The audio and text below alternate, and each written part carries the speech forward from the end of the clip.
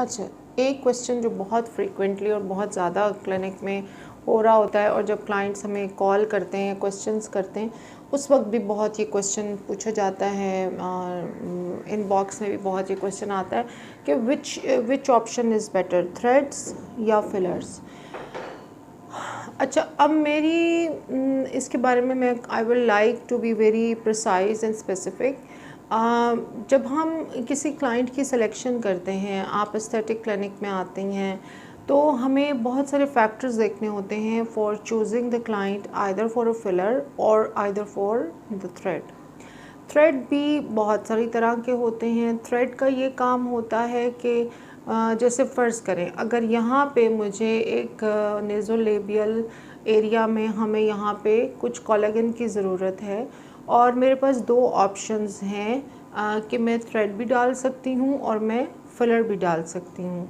तो मैं क्लाइंट की एज देखूँगी, उसकी जो डेप्थ है इस एरिया की, कि यहाँ पे इनको कितना कोलेजन चाहिए, आइदर मेरा जो फिलर है वो उस कोलेजन को पूरा कर सकता है या नहीं कर सकता, मुझे ये भी सोचना है।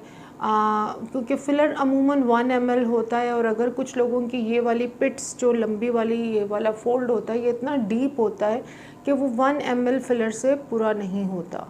अब क्लाइंट की जो वेट है क्लाइंट का, यानी उसकी चीक के ऊपर अगर बहुत ज़्यादा वज़न है, चीक्स बहुत मोटे हैं और इस एरिया के ऊपर बहुत ज़्यादा प्रेशर ऊपर से वेट आ रहा है, तो फिर मुझे ये देखना है कि मैंने क्लाइंट को डिज़ायर्ड रिज़ल्ट्स कैसे देने हैं। ऑब्वियसली 1 ml का filler will not be able to hold this cheek weight, और उसमें से इसको फिल करना ज़रा मुश्किल होगा।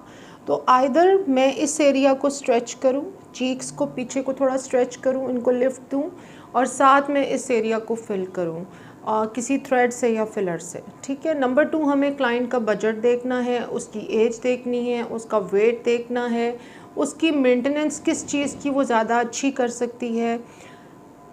थ्रेड मुझे पर्सनली इसलिए पसंद है, दोनों के अपने अपने प्रोज एंड कॉन्स हैं, कोई भी चीज़ 100% फाइनल नहीं होती है। प्रोज एंड कॉन्स में ये है थ्रेड के कि इसमें जो कोलेजन बनती है वो बहुत अच्छी और थॉरो कोलेजन होती है, क्योंकि मैं थ्रेड्स बहुत अच्छी क्वालिटी के यूज़ करती हूँ। तो मैंने देखा है कि अलॉन्ग द थ्रेड जो कोलेजन मुझे with in 3 months, 90 days, in 4 months मिलती है, नज़र आती है, that stays for a very long time with the night care routine जो मैं अपने clients को यूज़ करवाती हूँ। मैं उनको काउंसल करती हूँ, उन पे मेहनत करती हूँ और उनको रिक्वेस्ट करती हूँ कि अगर आपको लॉन्जिविटी चाहिए अपने थ्रेड ट्रीटमेंट की, या you want longevity of your filler treatment, तो फिर आपको एक अच्छी नाइट केयर रूटीन पे आना पड़ेगा। अपनी नींद, अपनी हाइड्रेशन, स्ट्रेस लेवल्स को हैंडल करना, अपना फ्रूट का इंटेक, गट का डिटॉक्स, कॉन्स्टिपेशन, अपने हार्मोन्स, अपने पीरियड्स, अगर आपकी एबनॉर्मल पीरियड्स है, जो डिसफंक्शनल यूट्राइन ब्लीडिंग है, या फाइब्रॉइड्स हैं, या ओवेरियन सिस्ट हैं, तो उन सारे इश्यूज़ को मैं अपने क्लाइंट्स के साथ डिस्कस करती हूँ to give a very nice and haemostatic environment, जिसके अंदर हमारा जो दिया हुआ ट्रीटमेंट है वो which will stay very long, rather than एक ऐसी बॉडी जिसके अंदर हार्मोन्स इम्बैलेंस हैं, पीरियड जो हैं वो 3-3 महीने ख़त्म नहीं होते, 17 से 18 दिन क्लाइंट जो हैं वो ब्लीड करती रहती हैं, या फिर उनको 6-6 महीने पीरियड्स नहीं आ रहे, या उनके सीरम इंसुलिन, सीरम कॉर्टिसोल और सीरम टेस्टोस्टेरोन लेवल्स सारे के सारे डिसरप्टेड हैं।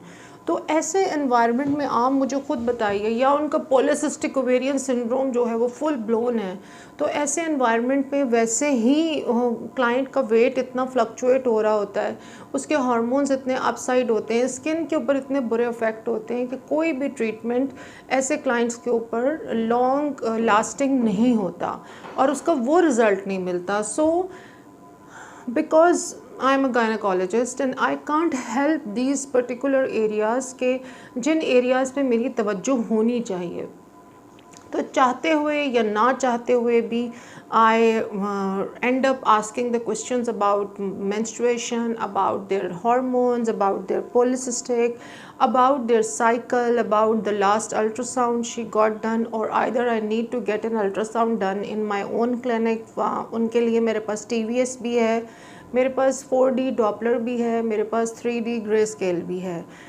तो मेरा कहने का मतलब ये है कि फिलर या थ्रेड कोई भी ट्रीटमेंट हो वो आइसोलेशन में काम नहीं करता है, वो एक पूरी बॉडी, एक पूरे एनवायरनमेंट, एक पूरे सिस्टम में इंट्रोड्यूस किया जाता है। बिल्कुल वैसे ही जैसे हम जब किसी क्लाइंट का वेट लॉस करते हैं विद फैट डिसॉल्विंग इंजेक्शंस, तो क्लाइंट की जो अपना लाइफस्टाइल है उसको मेंटेन करना, उसके रिज़ल्ट्स को मेंटेन करने में ये सारे फैक्टर्स बहुत इम्पॉर्टेंट हैं। यानी उसकी गायनेकोलॉजिकल हिस्ट्री, उसके हार्मोन्स, क्लाइंट का DUB, क्लाइंट का अगर एमेनोरिया है या उसको मेनोरेजिया है। एमेनोरिया होता है कि पीरियड्स का ना आना, और मेनोरेजिया है पीरियड्स का बहुत ज़्यादा और बार बार आना इन अ मंथ। तो ये सारे इश्यूज़ जो हैं ये मैं साथ साथ देख रही होती हूँ।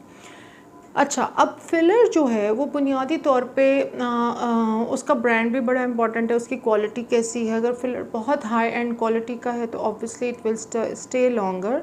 और कुछ लोग अपने जो फिलर है उसको छेड़ के और मैनिपुलेट कर के, मसाज कर के, या उसकी आफ्टर केयर के बारे में उनको सही किस्म की डायरेक्शंस नहीं दी जाती, तो वो अपने फिलर को इतना छेड़ते हैं कि वो टीयर थ्रू हो के दाएँ बाएँ के एरियाज़ में फैल जाता है।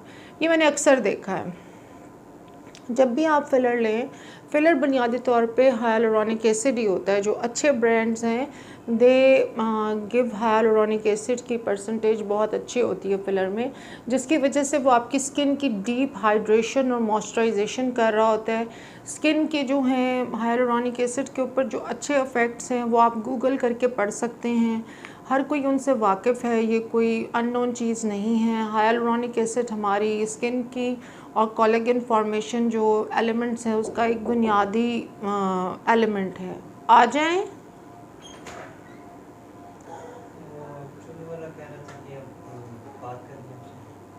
अच्छा, मुझे 1 मिनट दे दें, मैं आ रही हूँ, वीडियो बन रही है, मैं आ रही हूँ। तो हाइलुरोनिक एसिड अगर आपके फेस में रहता है तो एक अच्छी चीज़ है, it's not a bad thing. लेकिन अगर आप फिलर्स के ऊपर एक एडिक्टिव इंसान की तरह एवरी 3 to 6 मंथ्स या 8 मंथ्स या 1 ईयर के बाद आप में डलवाने हैं, तो फिर इट बिकम्स अ पैटर्न जिस पे गौर करने की ज़रूरत है। And then you should think about it कि मुझे अपनी परसिस्टेंट कोलेजन बूस्टिंग एलिमेंट्स के ऊपर जाना चाहिए या मुझे हर 6 महीने बाद फिलर का टचअप कराने की ज़रूरत है।